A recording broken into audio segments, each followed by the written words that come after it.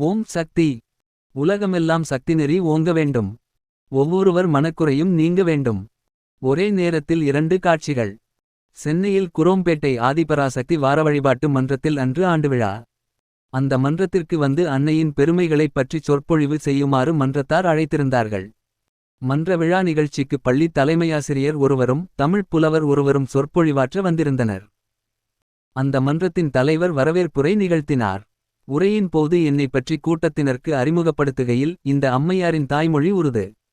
இருப்பினும் மேல்மருவத்தூர் ஆலயத்தின் தொடர்பு இருப்பதால் இவர் நன்றாகவே பேசுவார் என்று குறிப்பிட்டார். வரவேற்புரை முடிந்த பிறகு என்னை பேசுமாறு அழைத்தார் தலைவர். வரவேற்புரை நிகழ்த்திய மன்ற தலைவர் கூறியதை குறிப்பிட்டு என்னை பற்றி தன்னிலை விளக்கம் கூறவேண்டிய நிலை ஏற்பட்டது. அம்மா ஒருநாள் அருள்வாக்கின் போது என்னை அழைத்து, இனி நீ ஓய்வு கிடைக்கிற போதெல்லாம் ஆன்மீக பிரச்சாரம் செய்து வா மகளே என்று கட்டளையிட்டாள். அம்மா, இதுவரை மேடையேறி தமிழில் பேசி பழக்கமில்லையே, எனக்கு சரளமாக தமிழில் பேசவராதே என்று தயங்கியபடி கூறினேன். உடனே அம்மா, மகளே, நீயா பேசப் போகிறாய்? ஒலிபெருக்கி முன் நின்று ஓம் சக்தி என்று கூறு, உன்னில் வந்து நான் பேசுவேன் என்றாள். அம்மா அப்படிச் சொன்ன பிறகுதான் தைரியமாக தமிழில் பேசத் தொடங்கினேன். இப்போது கூட பேசுவதெல்லாம் நானில்லை, அவள்தான் பேசப் போகிறாள். எனவே நான் கூறும் வார்த்தைகளெல்லாம் அந்த நாயகியாள் வார்த்தை, நம் அம்மாவின் வார்த்தைகள் என்று தொடங்கி ஏறக்குறைய 1 மணி நேரம் பேசி முடித்தேன். பேசி முடித்துவிட்டு ஒரு நாட்காலியில் வந்தமர்ந்தேன். அப்போது எனக்கு பின்புறமாக ஒரு பெண்மணி வந்து என்னை வணங்கியபடி கண்ணீர் மல்க நின்றார். நான் திடுக்கிட்டு, என்னம்மா என்று விசாரித்தேன். அம்மா, நீங்கள் கூட்டத்தில் பேசிக் கொண்டிருந்தபோது உங்கள் பின்னால் அம்மா வந்து நின்றபடி காட்சி கொடுத்ததும்மா. தலையில் கிரீடம், நீண்டு அடர்ந்து தொங்கும் கூந்தல், கையில் தங்க நிற சூலம், பச்சைப் புடவை கட்டிக் கொண்டு காட்சி கொடுத்ததும்மா. ஏறக்குறைய 20 நிமிடங்கள் வைத்த கண் வாங்காமல் பார்த்து கொண்டே இருந்தேன். என் மகள் பக்கத்திலிருந்து தொல்லை செய்தபடி இருந்தாள். இவுள் பக்கம் திரும்பினால் எங்கே மறைந்து விடுவாளோ என்ற எண்ணத்தில் என் மகள் பக்கமும் திரும்பாமல் அப்படியே 20 நிமிடமும் அம்மாவை பார்த்து கொண்டே இருந்தேன்மா. அது சரி, அம்மாவின் உருவம் தெரிந்திருந்தால் என் உருவம் மறைந்திருக்க வேண்டுமே. எப்படி பார்த்தீர்கள் என்று கேட்டேன். இல்லை, நீங்கள் முன்னால் நிற்கிறீர்கள், உங்கள் பின்னால் அம்மா நின்றபடி காட்சி கொடுத்தது.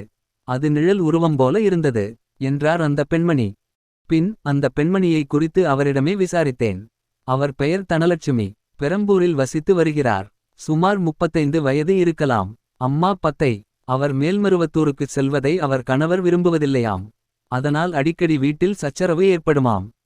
வீட்டில் ஏற்பட்ட சச்சரவு காரணமாக வெறுப்போடு குரோம்பேட்டையில் உள்ள உறவினர் வீட்டிற்கு வந்தாராம். இங்கே அம்மாவின் மன்றத்தில் பூசை நடக்கிறதென்று கேள்விப்பட்டு அம்மா மன்றம் வந்தாவது சற்று நிம்மதி பெறலாம் என்று வந்தேன். அம்மாவின் கருணையை பாருங்கள். 20 நிமிடம் தொடர்ந்து எனக்கு காட்சி அளித்து சந்தோஷத்தில் மிதக்கும் படி பண்ணிவிட்டாள் என்று கூறினார் அவர். அப்படி சொல்கிறபோதே அவரது கண்களிலிருந்து ஆனந்த கண்ணீர் பெறுகிறது. அதைத் தொடர்ந்து அங்கு நின்றிருந்த இன்னொரு பெண்மணி, நான் பார்த்த அற்புதத்தை சொல்கிறேன் கேளுங்கள் என்று சொல்லத் தொடங்கினார். இவர் பெயர் ஜெயலட்சுமி, சுமார் 50 வயது இருக்கும். அம்மா, நீங்கள் பேசிக்கொண்டிருந்தபோது உங்கள் பின்னே நம் அடிகளார் சாமி நின்று கொண்டு கைகளை உயர்த்தி ஆசி வழங்கியபடி நிழலாகத் தெரிந்தார்கள். நான் வெகுநேரம் பார்த்தேன் என்று குதூகலத்துடன் சொல்லி பரவசப்பட்டார்.